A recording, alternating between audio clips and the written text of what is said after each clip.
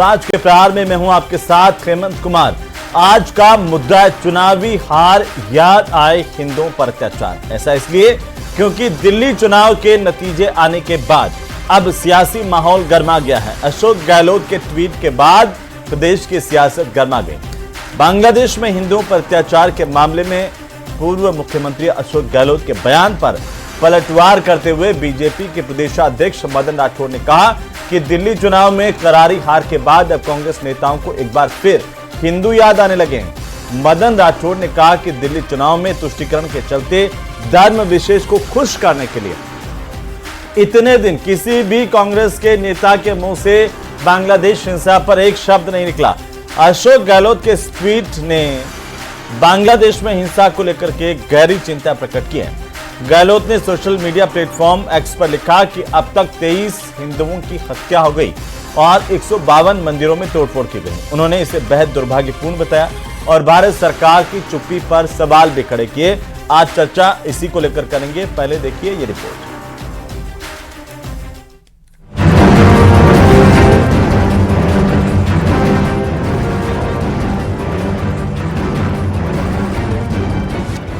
BJP प्रदेश अध्यक्ष का तंज, कांग्रेस को फिर हिंदू याद आने लगे। तो तुष्टीकरण किया था उन्होंने, तो एक वर्ग विशेष को या उनके मस्जिदों को या मदरसों को उनको आगे बढ़ाने का काम उन्होंने किया। तुष्टीकरण के चलते कांग्रेस नेता बांग्लादेश हिंसा पर नहीं बोले। बहुसंख्यकों के साथ में जो आज तक भेदभाव होता रहा, हमारे मंदिरों को किसी भी प्रकार का सहयोग करने का काम कांग्रेस सरकार ने नहीं किया, उल्टा टैक्स लगाए। मदन राठौड़ बोले, कांग्रेस ने मंदिरों पर टैक्स लगाया, मस्जिद मदरसों को बढ़ाया।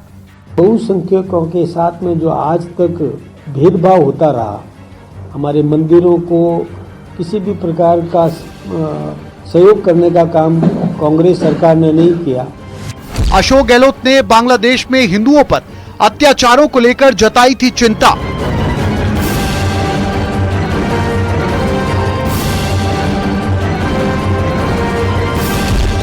चुनावी हार, याद आए हिंदुओं पर अत्याचार।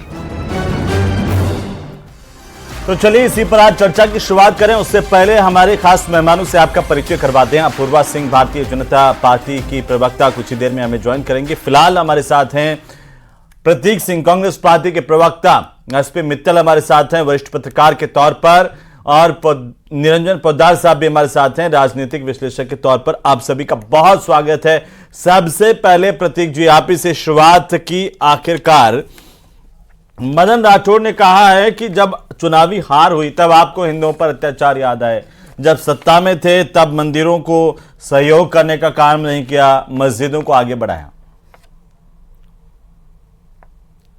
देखिए हेमंत भाई, जो मदन राठौड़ जी ने कहा, मुझे लगता है या तो उनको ज्ञान नहीं है या फिर उन्होंने पिछली जो खबरें हैं या चीजों को ध्यान नहीं रखते।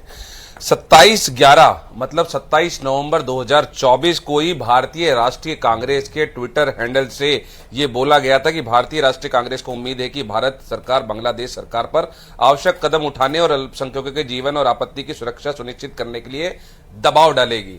उसके बाद में प्रियंका गांधी जी ने भी उसी दिन ये ट्वीट किया था कि बांग्लादेश में इस्कॉन टेंपल के संत की गिरफ्तारी और अल्पसंख्यक हिंदुओं के खिलाफ लगातार हो रही हिंसा की खबरें अत्यंत चिंताजनक हैं। और फिर ये कह रहे थे कि उसके बाद में संसद में 12/12/2024 मतलब 16 दिसंबर 2024 को प्रियंका गांधी जी ने संसद में यह मामला उठाया था और हमारे बहुत सारे नेताओं ने 267 के अंदर स्थगन प्रस्ताव संसद के अंदर दिया था और हमने मांग करी थी कि संसद में इसकी चर्चा होनी चाहिए, संसद में बांग्लादेश के खिलाफ एक प्रस्ताव पारित होना चाहिए और कड़े शब्दों में इसकी निंदा की जानी चाहिए। प्रधानमंत्री को ठोस कदम उठाने चाहिए बांग्लादेश के हिंदुओं की सुरक्षा के लिए। लेकिन ये अनर्गल बातें करके, सिर्फ तथ्यों के हीन बातें करके सिर्फ एक दूसरे को नीचे दिखाने की कोशिश करते हैं। कांग्रेस के नेता पहले, अभी और भविष्य में हमेशा में सड़क से लेकर सदन तक हमेशा से ये मांग करते रहे हैं कि बांग्लादेश में हिंदुओं की जो सुरक्षा है वो सुनिश्चित की जानी चाहिए। जी, मैं आऊंगा, इस पर भी आऊंगा कि उन्होंने कहा कि मंदिरों को किसी प्रकार का सहयोग नहीं किया, उल्टा मंदिरों पर टैक्स लगाए और मंदिरों को जो आय होती थी उसे भी सरकारी खजाने में जमा कराने का काम किया है। एक एक टिप्पणी हमारे जो वरिष्ठ पत्रकार हैं उनसे भी ले लें। निरंजन पोद्दार साहब, आप कैसे देख पा रहे हैं अशोक गहलोत का ट्वीट और बीजेपी के प्रदेशाध्यक्ष मदन राठौड़ का वार?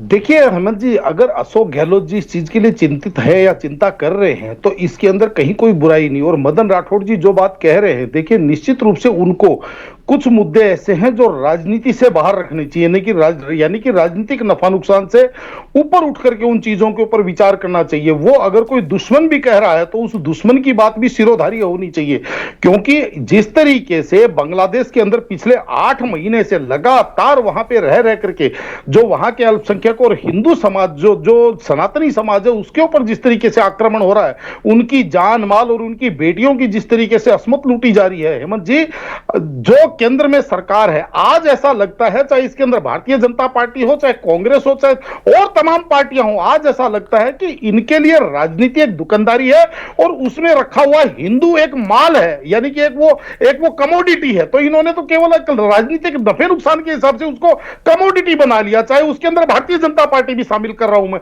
वो इसलिए कह रहा हूं क्योंकि देखिए जिस तरीके से आज भारत अंतर्राष्ट्रीय रूप से सशक्त है, मैं आपको दावे के साथ कह रहा हूं हेमंत जी, अगर भारत की जो जितनी भी राजनीतिक पार्टियां हैं एक सूत्र एक आवाज के अंदर अगर संसद के अंदर सारे के सारे बोल उठे, चाहे उसके अंदर राहुल गांधी जी, प्रियंका गांधी जी, अखिलेश यादव जी, ममता बनर्जी और तमाम सब मिलकर के भारतीय जनता पार्टी और एक साथ बोल उठे, बांग्लादेश क्या किसी भी माई के लाल की हिम्मत नहीं है कि उंगली उठा करके उधर किसी उंगली उठाकर कड़ी नजरों से देख ले। लेकिन वास्तविकता यह है कि केवल उसके अंदर राजनीतिक नफे नुकसान के हिसाब से उस चीज को आंका जा रहा है, उसके ऊपर बयान दिए जा रहे हैं। इसके लिए मदन राठौड़ जी को यह बात कहनी चाहिए कि हां, मैं अपनी केंद्र की सरकार को लिख करके भेजूंगा कि हम इस चीज से चिंतित हैं, क्योंकि मेरे पास लोगों की जो चिंता है, क्योंकि मदन राठौड़ जी वहां संगठन के प्रदेश अध्यक्ष हैं, उनको अशोक गहलोत जी क्या कह रहे हैं, क्यों कह रहे हैं, इस विषय पे ना जाकर के इस विषय पे बात करनी चाहिए कि वो जो कह रहे हैं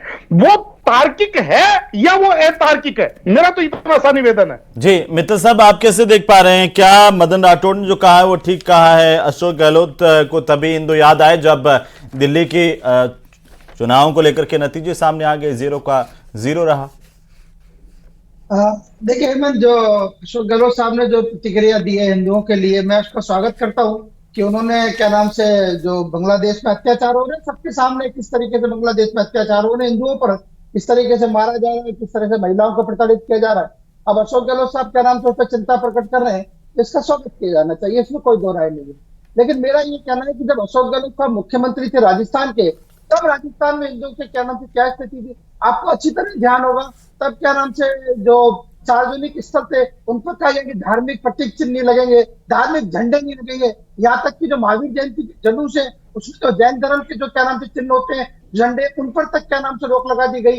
फिर बाद में अशोक गहलोत साहब ने यह भी एक दिन कहा कि आखिर में क्या नाम से रामनवमी के जुलूस जो है वो मुस्लिम बहुल्य क्षेत्र में क्यों निकाले जाते हैं, क्यों क्या नाम से नारे लगाए जाते हैं। और अच्छी तरह आपको ये भी ध्यान होगा हेमंत की क्या नाम से जब सरपंच से जुदा का जब अभियान चला तो उसकी शुरुआत भी क्या नाम से उदयपुर से, जब मुख्यमंत्री जी अशोक गहलोत उदयपुर से कन्हैयालाल की हत्या की क्या नाम से गर्दन काट कर हुआ। तो ये सब चीजों को भी हमें देखा जाना चाहिए।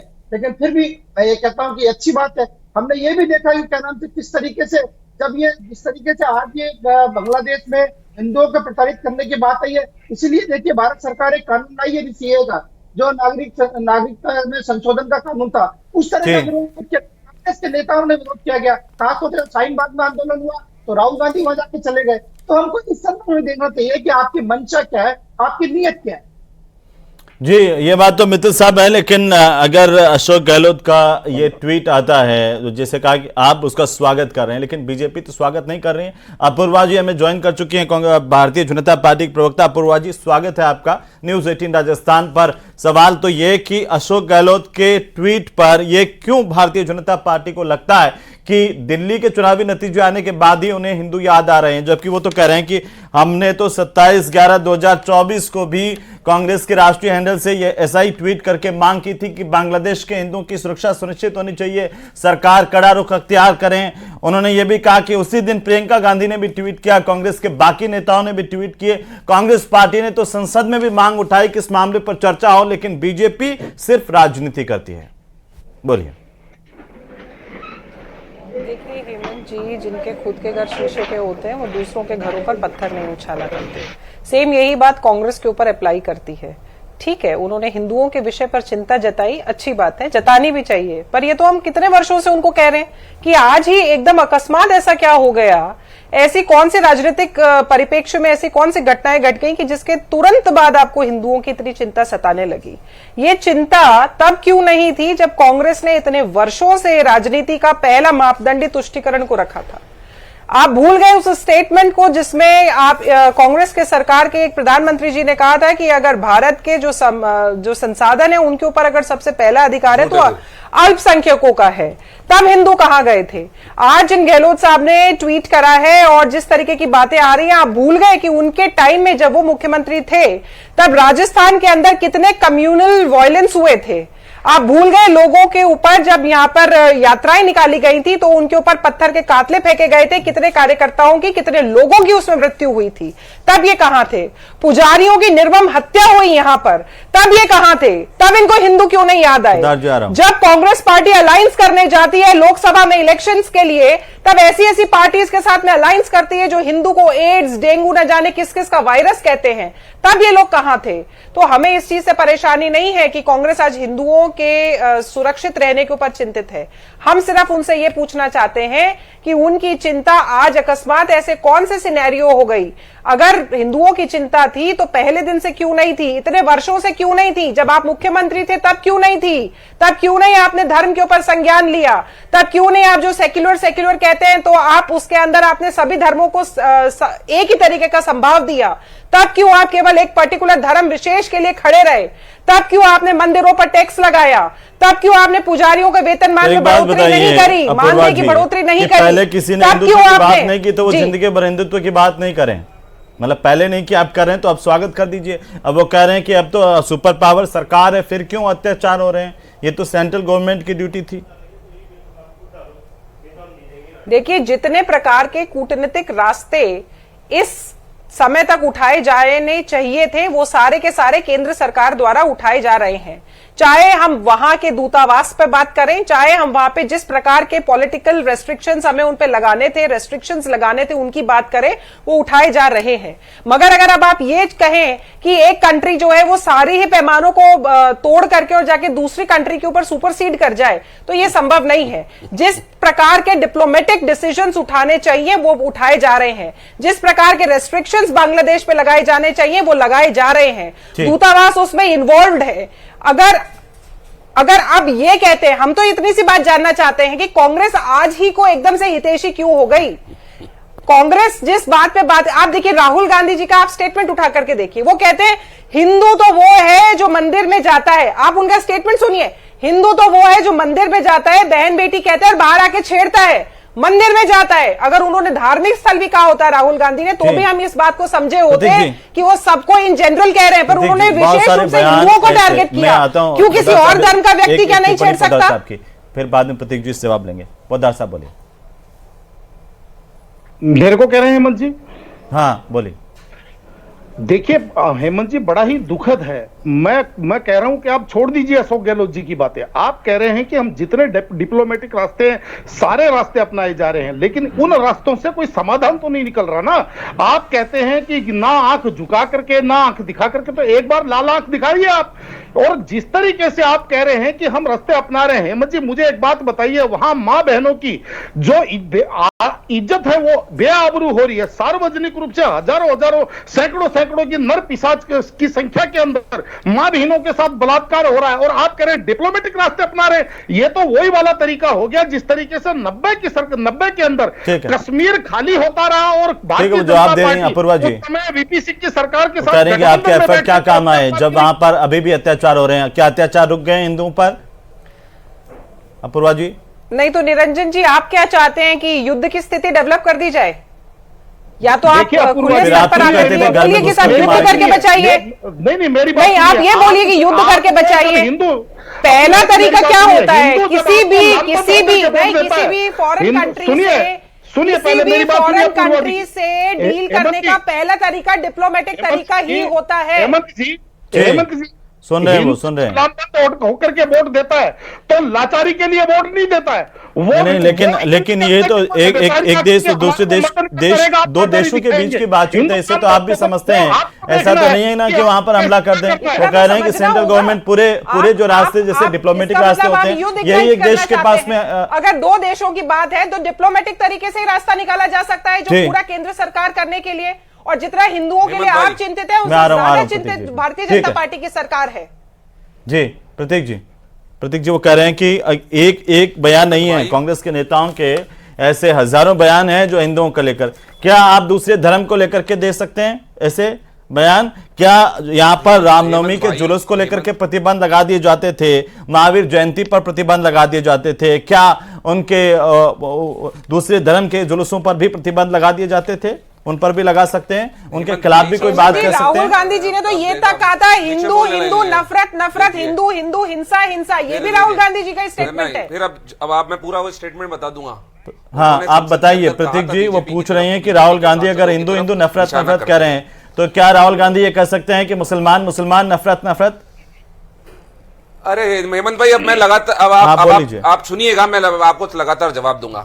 अशोक गहलोत जी के जिस बयान की कल चर्चा हो रही है, और इनके राठौड़ साहब कह रहे हैं कि पहले तो बयान नहीं दिए। जिस दिन चिन्मयानंद को वहां पे चिन्मय कृष्ण दास को जिस दिन गिरफ्तार किया गया था, उसी दिन भी अशोक गहलोत जी ने ट्वीट किया था और केंद्र सरकार से ये मांग की थी कि उसमें दखल अंदाजी करे। जो सरकार ये बोलती है कि मैं रशिया और यूक्रेन का वॉर रुकवा करके लोगों को ले आते हैं, तो वो बांग्लादेश जैसे देश के सामने नतमस्तक क्यों हो जाती है? पहले तो ये कहते थे कि चीन को लाल आंख दिखानी चाहिए, अब आंख बंद करके भी आप बताइए बांग्लादेश को नहीं दिखा पा रहे हैं। किस दिन ऐसा हुआ कि देश के प्रधानमंत्री ने फोन उठाया हो और बांग्लादेश के प्रधानमंत्री से फोन पे बात करी हो, कड़ी आपत्ति जताई हो? जब हमने जब नोटिस दिया 267 में संसद के अंदर चर्चा कीजिए और कड़ा संदेश दीजिए, तो उस चर्चा से क्यों भाग गए? अब आपके सवाल और जवाबों पे आता हूं। आपने बड़े सारे सवाल किए थे। आप जो कह रहे थे कि जो रोक दी थी नवरात्रि की, जो रामनवमी की यात्रा बिल्कुल नहीं रोकी गई थी, बिल्कुल निकली थी, जयपुर के अंदर निकली थी, और आप जाकर के देख लीजिए, पुराने अखबार उठा करके देख लीजिए, निकली थी कि नहीं निकली थी। दूसरा आरोप इन्होंने लगाया कि हमारे समय पे टैक्स लगाए गए हिंदुओं के मंदिरों पे। तो अगर हमारे समय पे टैक्स लगाए गए, आप ये बोल रहे तो 1 साल में आपने हटा दिए हो, तो उसका आदेश दिखा दीजिए आदेश। अगर आपने हटा दिए हो तो अच्छा, तो ये बताइए तो टैक्स लगे नहीं थे कुछ भी, नहीं पीछे बोलने लगे। नहीं बिल्कुल लगाया था आपने, टैक्स लगाया था, और आपके डिपार्टमेंट ने मंदिरों के एक साल में बता दीजिए आदेश। हिंदुओं की पूजा हेमंत भाई, मैं पूछ रहा हूँ, आदेश बता दीजिए आपने हटा दिए हो तो। अगर हमने हमारे पे आरोप लगा रहे हैं तो इन्होंने हटाने का आदेश दिखाने 1 साल हो गए इनकी सरकार को, क्योंकि इनके पास कोई आदेश नहीं है। इसका मतलब यह है कि हमारी सरकार के समय में ऐसा कोई भी डिसीजन नहीं लिया गया था। यहां आकर के सिर्फ झूठ बोला जा रहा है। आप बताइए आदेश चाहिए, 1.5 साल में आदेश बता दीजिए अगर आपने हटाने का किया तो। हेमंत भाई, मैं क्या कह रहा हूं, आप बताइए, बता दीजिए। इन्होंने बोला था कि कन्हैयालाल हत्याकांड 2 साल हो गए, एनआईए के पास में आज तक फांसी क्यों नहीं हुई? बताइए आप, एनआईए के अंदर फांसी क्यों नहीं हुई? एनआईए के पास केस है, कन्हैयालाल हत्याकांड का क्यों फांसी नहीं हुई? बताइए। देखिए पीछे बोलने लगे हेमंत भाई देखिए, जब मैंने पोल खोल दी तो पीछे बोलने लगे। तो पोल खोल दी तो ये भी बता दीजिए ना कि आप जब हिंदुओं को लेकर कैसे बयान दे सकते हैं राहुल गांधी, आप एक बार मुसलमानों के लिए ऐसे बयान दे सकते हैं क्या? बोल दीजिए मुस्लिम राहुल गांधी जी का बयान सुना है, मैं सुनाऊं आपको? उन्होंने नरेंद्र मोदी जी की तरफ निशाना करके कहा कि जो हिंदू कहते हैं सारा किसकी तरफ वो हिंसा करते हैं। उन्होंने बोला है, उसके बाद में उन्होंने बाद में भी बोला है कि आप पूरा हिंदू समाज नहीं है, प्रधानमंत्री मोदी पूरा हिंदू समाज नहीं हो सकते। पूरा बेबाइट सुनी थी हेमंत भाई आपने। आप तो कम से कम इस तरीके की बातें मत करिए। आपने तो सुना था पूरा बयान, आप तो ऐसे, आप मुझे बता दीजिए, आपने 1.5 साल में हटा दिया क्या? वो हटा दिया क्या? अगर टैक्स लगाया हमने तो बताइए। और आप क्या लाल आंख दिखा नहीं पा रहे? बांग्लादेश के सामने नतमस्तक हो गए। अरे चाइना को लाल आंख दिखाने की बातें कर रहे थे, बांग्लादेश को बातें दिखाइए। नहीं करी। हमने 2 टुकड़े किए थे जब हमारी और सरकार आज भी थी, अगर बांग्लादेश जब बोला गया था के कि हिंदू अमेरिका का मुसलमान 7वां बीड़ा आ जाएगा, भारतीय हमने जनता नहीं पार्टी माना के था कूटनीतिक और हमने अधिकारी अंदर का घुस है, के मारा था रवैया बांग्लादेश मित्र के साहब, अंदर। कोई मित्र आरोप साहब, जैसे नहीं होगा। ये आरोप प्रत्यारोप अलग बात है, लेकिन ये क्या ये सही बात है कि सनातन को कमजोर करने का श्रेय भी हमारे ही दलों को जाता है? नहीं देखिए हेमंत, इसमें तो खैर कोई दो राय नहीं। हमने कई बार देखा है जो राजनीतिक दल जिस तरीके से सनातन को लेकर प्रतिक्रिया व्यक्त करते हैं, जिस तरीके से कहा गया कि क्या नाम से सनातन धर्म को नष्ट कर दिया जाना चाहिए, इस तरह के बयान हमने देखे हैं। और वो किन के साथ उन दलों का गठबंधन नहीं, सारे लोग हैं।